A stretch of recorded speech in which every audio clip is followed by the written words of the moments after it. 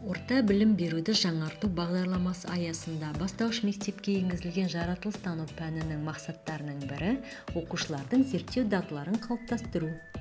Бастауыш сынып оқушысы қандай зерттеу дағдыларын игеруі қажет? Бала болмысынан зерттеуші. Кішкентай балалардың қоятын есепсіз көп сұрақтарын бәрін ұстап, қозғап, татып көруге деген ұмтылысын осымен түсіндіруге болады. Жаратылыстану пәнін оқып үйрену арқылы олардың осы табиғи қажеттіліктері қанағаттандырылады. Қоршаған орта жайлы білімдері жүйеленеді. Бұл дағдылардың өмірлік кең ауқымды дағдыларға айналуына жағдай жасалады. Жаратылыстану сабақтарында балалар өз жас шамасына қарай зерттеулер жүргізеді. Осы зерттеулердің практикалық өзіндік жұмыстардың барысында қарапайым зерттеу дағдыларын меңгереді. Олар мәселені анықтап, оны шешу жолын табуға үйренеді. Сұрақтар құрастырады, оларға жауап іздейді, болжам жасайды, оны тексеру жолын ұсынады. Зерттеу жоспарын құрады, бақылау не эксперимент жүргізеді. Зерттеу нәтижесін тіркейді, бағалайды, қорытынды жасайды, ақпараттармен жұмыс істейді. Ақпарат көздерінен қажет ақпарат іздеуге, өңдеуге, ақпаратты қолдану мен бағалауға дағдыланады. Міне, осы білік пен дағдылар болашақ үлкен зерттеулердің негізін салады. Зерттеу дағдыларын қалай қалыптастыруға болады? Зерттеу дағдылары тек зерттеу жұмысы барысында ғана дамытылады деген ой туындамауы керек. Зерттеу дағдылары барлық сабақтарда жоспарланған жұмыс түрлері, сан алуан әдіс тәсілдер арқылы қалыптастырылады. Ал жаратылыстану пәні оқу бағдарламасы зерттеу дағдыларының жүйелі қалыптасуын мен зерттеушімін бөлімі арқылы қамтамасыз етеді. Бөлімнің басқа бөлімдерге қарағанда ерекшелігі бар. Оның мақсаттары бүкіл оқу жылы бойы бағдарламаның жанды табиғат, заттар және олардың қасиеттері, жер және ғарыш, табиғат физикасы бөлімдеріндегі тақырыптарды оқып үйрену барысында әр сабақ сайын жүзеге асырылады. Мен зерттеушімін бөлімі барлық сыныптарда жоспарланған. Бөлім 2 бөлімшеден құралады: ғылым мен зерттеушілердің рөлі және табиғатты тану әдістері. Бірінші сыныпта оқушылар осы бөлім бойынша қоршаған ортадағы құбылыстарды, үдерістерді зерттеу қажет екенін түсінеді әрі түсіндіре алады. Қоршаған ортаға бақылау жүргізеді, көрсетілген экспериментті түсіндіреді. Ал екінші сыныпта осы білік пен дағдылары одан әрі тереңдетіледі, дамытылады. Мен зерттеушімін бөліміндегі қоршаған әлем құбылыстары, үдерістері мен нысандарын зерделеуге қажетті жағдайларды және зерттеушінің тұлғалық қасиеттерін анықтау оқу мақсатын жүзеге асыру әр зерттеу жұмысы арқылы орындалады десек қателеспейміз. Зерттеу жұмысын ұйымдастыру барысында белгілі бір зерттеу жүргізуге қандай ресурс қажет? Қандай зерттеу әдісін таңдаған жөн? Бұл құбылысты зерттеу не үшін керек? Қандай нәтижеге қол жеткізуіміз мүмкін деген сұрақтар арқылы оқушылармен әңгімелесу жүргізіледі. Ал нәтижеге жету үшін зерттеушінің бойында қандай қасиеттер болуы керек деген мәселені талдау оқушыны өзін зерттеуші ретінде қабылдауына жетелеуі тиіс. Сонда балалар зерттеушіге қажет қасиеттерді өз бойынан іздейді. Яғни зерттеуші табанды, байқампаз, батыл, жауапкершілігі мол, әрі сұрақ қоя білу қажет деген қорытындыға келеді. Сұрақтарға жауап беру оқушыны ойландырады, әрі мұндай ой қорыту біртіндеп өзіндік рефлексия жасауға ұштасады.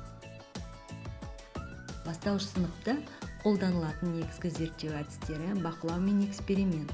Мен зерттеушімін бөлімінің табиғатты тану әдістері бөлімшесінде бақылау мен эксперимент кезеңдерін, зерттеуді тіркеу тәсілдерін үйретуге, әрі ақпарат көздерінің маңызын түсінуге бағытталған оқу мақсаттары берілген. Екінші сыныптың екінші тоқсанында мен зерттеушімін бөлімінің оқу мақсаттары қалай орындалады? Екінші тоқсанда адам, заттар және олардың қасиеттері бөлімдері оқытылады. Жанды табиғат бөлімінің адам бөлімшесінде берілген оқу мақсаттарын бақылау әдісімен жүзеге асыруға болады. Ал су және ауа тақырыптарын оқып үйренгенде олардың қасиеттерін анықтау үшін эксперименттер жүргізіледі. Балалар бақылау әдісімен бірінші сыныпта бері жақсы таныс. Екінші сыныптың бірінші тоқсанында да өсімдіктер мен жануарлар тақырыптарын оқып үйренгенде жанды табиғатты осы әдіс арқылы зерделеді. Бақылау дегеніміз қоршаған орта нысандарын, құбылыстарын, үдерістерін барлық сезім мүшелері арқылы зерделеу, қабылдау. Бақылауды ұзақ, орта, қысқа мерзімді жүргізуге болады. Бақылаудың белгілі кезеңдері болады. Оқушыларды басынан бастап нысанды таңдап алуға, мақсат қоюға, бақылау жүргізетін уақыт аралығын белгілеуге, нәтижесін тіркеу тәсілін таңдауға, қорытынды жасауға үйреткен өте маңызды. Бұл арқылы оқушылар зерттеу жұмысын жүйелі жүргізуге дағдыланады. Ұғымдарды дұрыс түсіну, қолдану, терминдерді орынды пайдалану арқылы сөйлеу тілдері жетіледі. Енді адамның тірек қимыл жүйесінің қызметін анықтау оқу мақсатын орындай отырып, мен зерттеушімін бөлімінің оқу мақсаттарын қоса жүзеге асыру жолдарына тоқталайық. Алғашқы кіріспе тапсырмада оқушылармен қаңқа сөзінің мағынасын түсінуге тырысамыз. Ол үшін киіз үй мен оның қаңқасын, көп қабатты үйлердің құрылысының суреттерін көрсетіп, қаңқа мен үйдің каркасы не үшін қажет екені туралы әңгімелесу жүргізіледі. Келесі жұмыста өзін-өзі бақылау тәсілін қолданамыз. Оқушылар өз денелерін бақылау арқылы адам денесінің негізгі мүшелерін атап шығады. Одан кейін өз денелерін бақылау және қаңқа суретін зерделеу арқылы қаңқаның тағы бір қызметі қорғаныш қызметін анықтайды. Бас сүйегі миды қорғайды, кеуде қуысы омыртқа қабырғамен бірігіп адамның ішкі мүшелерін қорғайды. Омыртқа аяқ қол сүйектері қозғалуға, жүруге мүмкіндік береді. Сонымен қатар энциклопедия немесе кітаптардан қаңқа сүйектері туралы қызықты ақпарат іздеуге не бейнефильм көрсетуге болады.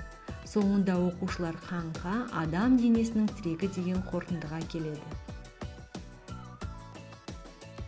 Ал ақпарат көзі ұғымын және оның зерттеу жүргізудегі маңызын түсіндіру оқу мақсатын орындау үшін оқушылармен әңгімелесу жүргізіледі.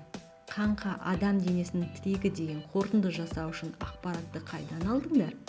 Оқушылар суреттерден, киіз үйдің қаңқасын зерделегенін, өзі бұрыннан білетін ақпарат екенін, сыныптасынан сұрап білгенін, мұғалімнен ақпарат алғанын, ата-анасынан естігенін, немесе бүгін энциклопедиядан, кітаптан оқыдым деп жауап беруі мүмкін. Жоғарыда аталғандарды бір сөзбен атауға бола ма? Оқушылардың ұсыныстарын тыңдап, егер олар көз деген сөзді атамаса, мұғалім өзі ұсынып, су көзі, бұлақ ұғымдары арқылы түсіндіреді. Осылайша балалардың ұғымына ақпарат көзі деген сөзді енгізеді. Ал одан әрі бұл ақпарат көздерінің зерттеу жүргізуге тигізген пайдасы туралы әңгімелеседі. Дұрыс дене сымбатын сақтаудың маңыздылығын түсіндіру оқу мақсатын орындауда бақылау әдісін қолдану үшін мынандай тапсырмалар орындауды ұсынамыз. Дене сымбатың дұрыс қалыптасып келе ме? Оны қалай білуге болады? Бұл сұраққа жауап беру үшін оқушылар жұппен жұмыс істейді. Біреуі қабырғаға арқасын беріп тұрады, ал екіншісі оған бақылау жасайды. Келесі тапсырма. Партада қалай отыру керек? Сыныптасыңды бақыла. Осы тапсырмаларды орындау барысында балалар бақылау жоспарын құрып үйренеді, бақылаудың басты белгілерін анықтайды, немесе жоспар бойынша бақылау жасайды. Алғашқы кезде мұғалімнің нұсқауымен, басшылығымен орындауына мүмкіндік беру керек. Мысалы, мұғалім бақылау нысанын таңда деген тапсырма береді. Оқушы парталас көршісін таңдайды. Келесі тапсырма бақылау мақсатын қой. Оқушы дене сымбатын бақылайтынын айтады. Ал бақылау уақытын бүкіл сыныпқа мұғалімнің өзі белгілегені тиімді. Бұл уақытын үнемдеуге мүмкіндік береді. Мысалы, мұғалім қысқа мерзімді 2-3 минут бақылау жасаймыз деп айтады. Нәтижесін тіркеу тәсілін әр жұп жеке немесе бүкіл сынып бірге таңдайды. Ол кесте, сурет, сызба не шартты белгілер арқылы болуы мүмкін. Сонан кейін әр жұп өз бақылауын жүргізеді, қорытындыларын жасайды. Сондай-ақ бұлшық еттің қозғалыс кезіндегі жиырылуының рөлін түсіндіру оқу мақсатын жүзеге асыру барысында жоғарыда айтылғандардың барлығымен қатар бақылау нәтижелерін шартты белгілердің көмегімен белгілей білу оқу мақсатын босаңсыған және жиырылған бұлшық етті шартты түрде белгілеу арқылы орындауға болады. Шартты белгілерді мұғалімнің өзі ұсынуы да мүмкін, оқушының ой-қиялы жеткенше өзі ойлап табуы да мүмкін. Мысалы, жұмылған жұдырық пен жиырылған бұлшық етті, ашылған алақан мен босаңсыған бұлшық етті белгілеуге болады. Бастауыш сыныпта қолданылатын зерттеу әдісінің бірі эксперимент. Эксперимент жүргізу үшін арнайы жағдай жасау қажет. Эксперимент жүргізу барысында оқушылар ережелерді, нұсқаулықтарды орындауға дағдыланады. Ал қорытынды жасай алу дағдысы болашақ зерттеушінің қалыптасуы үшін өте маңызды. Табиғатты тану әдістері бөлімшесінің мақсаттарын сабақта орындалған эксперимент барысында жүзеге асырған тиімді. Эксперименттің кезеңдерін сақтау арқылы оқушылар жоспар, нұсқаулық бойынша жұмыс істеуге дағдыланады. Бірінші кезең – мақсатын қою және болжам жасау.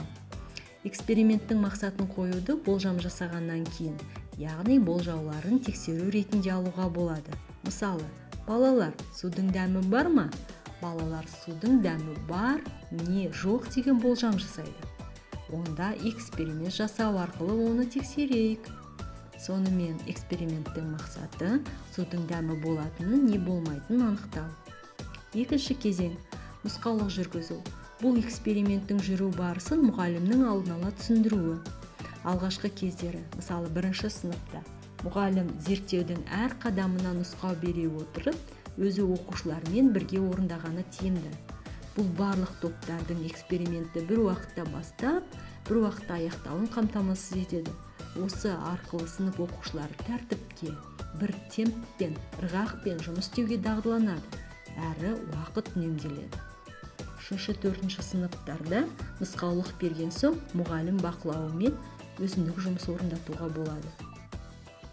Эксперимент нәтижелерін 2-ші сыныпта көбіне кестеге тіркейміз.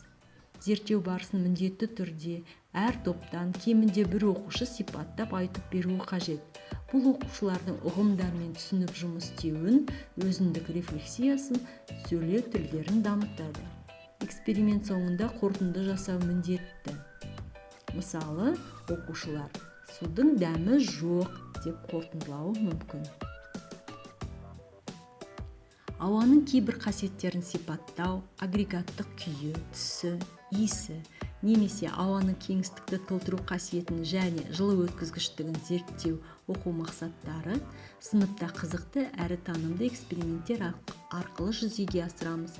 Осы эксперименттер және су бөлімшесінің оқу мақсаттарына байланысты эксперименттер СМК порталына бейнефильм ретінде орналастырған. Оны жүктеп алып, өз жұмыстарыңызға пайдалануға болады.